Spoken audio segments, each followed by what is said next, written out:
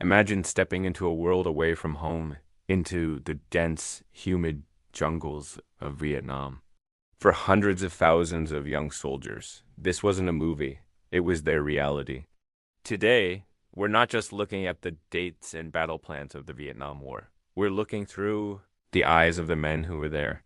We're going to hear their stories, feel their fears, and understand the bonds they forged in the crucible of combat. When the first wave of American ground troops landed in 1965, many were barely out of high school. They were filled with a sense of duty, a belief in their country's cause. They were told they were there to stop the spread of communism, to protect a fledgling democracy. But the reality on the ground was far more complicated than any political slogan. The lines between friend and foe were blurred, the battlefield was everywhere, and the enemy was often unseen. A soldier's day began before the sun even rose. The oppressive heat and humidity were constant companions, almost as relentless as the fear. A patrol, or a hump as they called it, meant carrying upwards of 60 pounds of gear through treacherous terrain. They waded through rice paddies, hacked through dense jungle, and climbed steep, muddy hills. Every step was a risk. The rustle of leaves, a snapped twig, anything could signal an ambush. Booby traps were a constant, invisible threat, turning a simple path into a deadly puzzle. One veteran described it this way: "You never relaxed, not for a second. You ate while you were nervous. You tried to sleep while you were nervous. Your senses were on high alert 24/7. You learned to smell the jungle, to hear things you'd never noticed before. Your life depended on it." This heightened state of awareness, day in, day out, took a tremendous psychological toll. The combat itself was brutal and disorienting. Firefights often erupted without warning, a chaotic storm of noise and terror. Unlike traditional wars with clear front lines, the enemy in Vietnam was a guerrilla force. They would strike and then melt back into the jungle or disappear into intricate tunnel systems. This style of warfare was frustrating and demoralizing. There were no grand victories to celebrate, no territory to conquer and hold. The measure of success was often simply surviving another day. But in the midst of this chaos, something powerful emerged: brotherhood. The men in a platoon became closer than family. They came from every corner of America, from different backgrounds, different races, but in the jungle, none of that mattered. They relied on each other for their very survival. They shared their food, their last cigarettes, their deepest fears, and their hopes for the future. This bond was the one thing that kept many of them going. A soldier explained, "You weren't fighting for the flag or for the politicians back home anymore. You were fighting for the guy next to you. You'd do anything to make sure you got to go home, even if you didn't." This intense loyalty, forged in shared hardship and mortal danger, is a theme that echoes through nearly every soldier's account of the war. And then there was the downtime, the brief moments of respite between operations. These moments were precious. Soldiers would read and reread letters from home, the thin, crinkled paper a fragile link to a world they desperately missed. They'd listen to music on reel-to-reel tape players, the sounds of the Rolling Stones or Creedence Clearwater Revival, a temporary escape from the sounds of war. They'd share stories, tell jokes, and dream about what they'd do when they got back to the world, as they called the United States.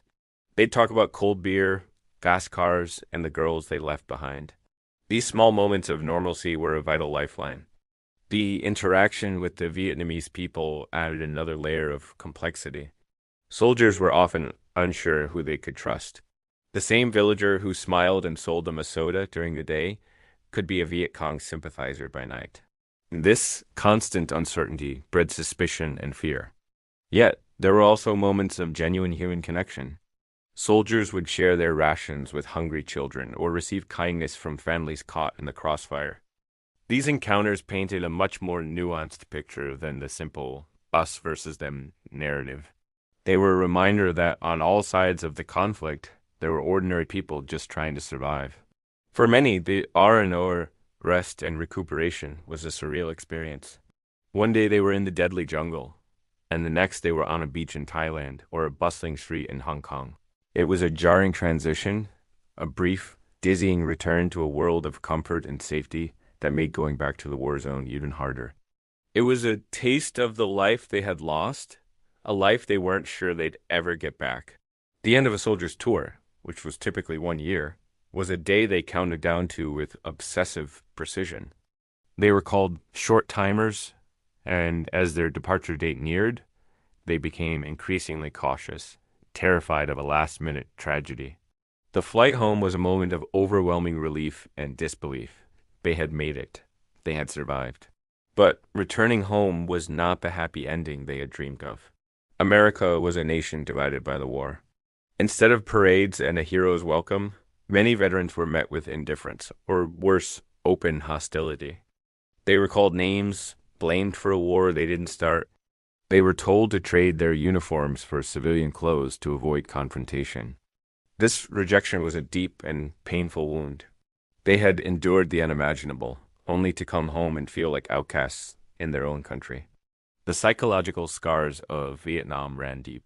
Many soldiers struggled with what we now know as post-traumatic stress disorder, or PTSD. The nightmares, the flashbacks, the guilt, the anger, it followed them home from the jungle.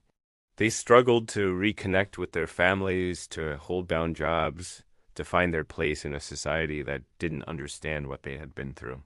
The brotherhood they had relied on for survival was gone, and they were left to navigate this new, confusing world alone. The Vietnam War was a defining experience for a generation of Americans.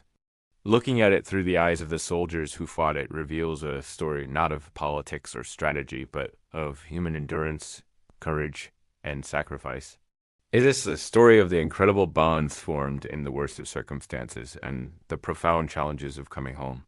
Their experiences are a powerful testament to the true cost of war, a cost paid not on a battlefield, but in the hearts and minds of those who were there. Thank you for joining us on this journey. By listening to these stories, we honor their service and ensure their sacrifices are never forgotten. If you found this documentary meaningful, please like, share, and subscribe for more stories that matter.